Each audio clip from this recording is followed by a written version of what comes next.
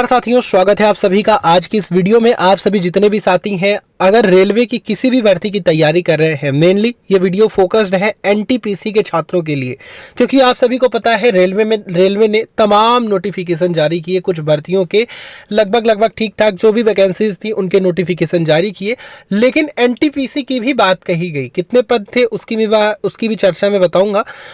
उसमें भी कहा गया कि इस पर भी आपके आवेदन भरे जाएंगे, इस पर भी भर्तियां होंगी, लेकिन अभी तक आवेदन फॉर्म तो आया नहीं, अभी तक आवेदन नहीं भरा जा रहा। अगस्त तो बीतने वाला है, तो अगस्त में तो मानकर चलें कि नहीं ही है, तो फिर ये फॉर्म कब तक भरा जाएगा? आखिर ये भर्ती, इसका फॉर्म इस साल भरा भी जाएगा या फिर नहीं? ये सारी बातें हम प्रॉपर तरीके से बताएंगे। दरअसल हाल ही के अंदर आरआरबी के द्वारा एक नोटिस जारी की गई है। नोटिस के द्वारा जो भी सूचनाएं हैं वो अच्छी ही हैं। फिलहाल उसके ऊपर मैं चर्चा करूंगा। जो भी साथी नए हैं, चैनल को सब्सक्राइब कर बेल आइकन को प्रेस कर लें। अब चलते हैं अपडेट पर।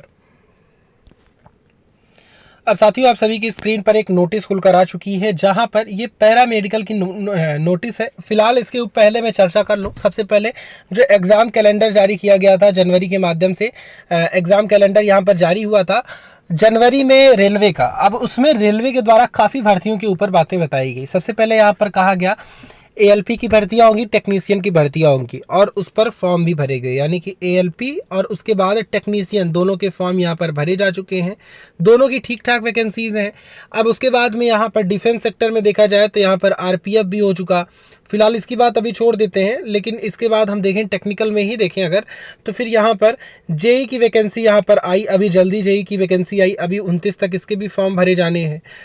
अब इसमें ये कहा गया कि सितंबर में हम 4 भर्तियां जारी करेंगे। उन्हीं 4 भर्तियों में और भी भर्तियां थी, लेकिन उन्हीं भर्तियों में थी आपकी एनटीपीसी की, जिसको लेकर के सारी बातें पहले ही स्पष्ट कर दी गई। इसमें पदों की संख्या की बात करें तो 10,600 या फिर 800 कुछ पद यहाँ पर थे। तो अभी तक इसके फॉर्म भरने शुरू क्यों नहीं हुए? कब आखिर इसके फॉर्म भरे जाएंगे? क्या इस साल भरा भी जाएगा या फिर नहीं? रेलवे इतनी लापरवाहियां आखिर कर क्यों रहा है? रेलवे, आपको पता है, देखिए रेलवे सारा प्रोसेस करवा दे रहा है, लेकिन एग्जाम नहीं हो पा रहा है। देखिए इसके पीछे का रीजन है रेलवे पर काफी लोड होना। अचानक काफी लोड है इस टाइम पे रेलवे के ऊपर, और रेलवे ने लगातार नोटिस जारी कर रहा है। देखिए आप स्क्रीन पर जो नोटिस देख रहे हैं, ये 1-2 दिन के भीतर ही जारी की गई है। इसका मतलब ये है कि रेलवे काम तो अपना बाकायदे कर रहा है। हालांकि एग्जाम में देरियां हो रही हैं, कुछ एग्जाम को लेके आपकी कॉन्ट्रैक्ट वगैरह दिया गया है। एएलपी की बात करें, एएलपी में भी अब काफ़ी देरी मुझे नहीं लगता कि एएलपी में होने वाली है, क्योंकि एएलपी का एग्ज़ाम जो है वो देखिए CBT 1 का मेरे हिसाब से अक्टूबर के फर्स्ट वीक से स्टार्ट आपका हो जाएगा। आप ये मानकर चले, आपका जो CBT 1 का एग्ज़ाम है वो अक्टूबर के फर्स्ट वीक से शुरू हो जाएगा। और बात करें वहीं पर हम CBT 2 की, एएलपी के CBT 2 की अगर हम बात करें तो एएलपी CBT 2 आपका शुरू हो जाएगा दिसंबर फर्स्ट वीक में। ये मेरे कयास हैं, दिसंबर के फर्स्ट वीक में आपका एएलपी CBT 2 शुरू हो जाएगा। वहीं पर हम दूसरी अगर हम बात करें, वहीं पर दूसरी भर्ती की हम बात करें तो दूसरी भर्ती आती है आपकी इसकी जेई की, आरआरबी जेई की वैकेंसी, जहां पर इसके फॉर्म भी भरे जा रहे हैं।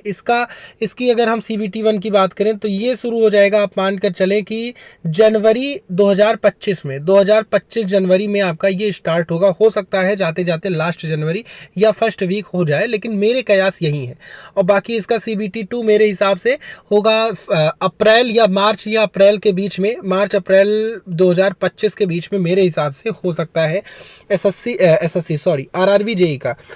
अब देखिए यहाँ पर बात आती है तो फिर एनटीपीसी का क्या होगा? तो एनटीपीसी का अभी तक तो फॉर्म भरा नहीं गया है, लेकिन एनटीपीसी का फॉर्म भरना स्टार्ट हो जाएगा आपका इसी सितंबर माह में, यानी सितंबर 10 से 15 के बीच मेरे कयास हैं। 10 से 15 के बीच इसके जो फॉर्म्स हैं वो भी फिल होने शुरू हो जाएंगे, क्योंकि जिस तरह से प्रक्रियाएं चल रही हैं आपकी आरआरबी के द्वारा, रेलवे के द्वारा जिस तरह से प्रक्रियाएं चलाई जा रही हैं, उससे तो यही लगता है कि आपके फॉर्म भरने की जो प्रक्रियाएं हैं वो शुरू कर देगा आरआरबी 15 सितंबर तक तो कंफर्म ही है, मुझे लगता है 15 सितंबर तक इसके फॉर्म भरे जाने हैं। अब आपको पूरी तरह से तैयार रहना है, क्योंकि देखिए काफ़ी सेक्टर्स में यहाँ पर वैकेंसीज़ हैं, और ऐसा नहीं है कि छोटे मोटे पदों पर है, अच्छे अच्छे पदों पर यहाँ पर वैकेंसीज़ भी हैं, ठीक ठाक पदों पर है।